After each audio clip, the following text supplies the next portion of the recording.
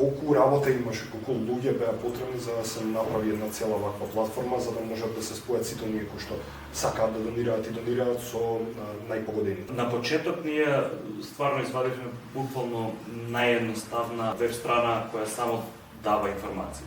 Во моментот сега имаме направено малце покомплициран систем, пошто у позадина обработуваме потврди од сите донации, имаме статистика, колку се донира, пратиме статистика од каде се донира, имаме приказ, секојдневно ги менуваме работите, правиме нови верзии каде што луѓето на поедноставен начин би можат да дојдат до информација.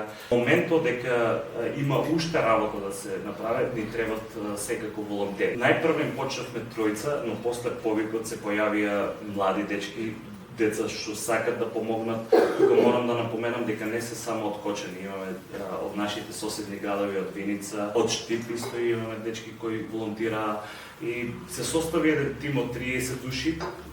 Составивме различни тимови, буквално имавме кол центар, имавме центар за медиуми, имавме дизајн, каде што идентиравме постови за социјални медиуми.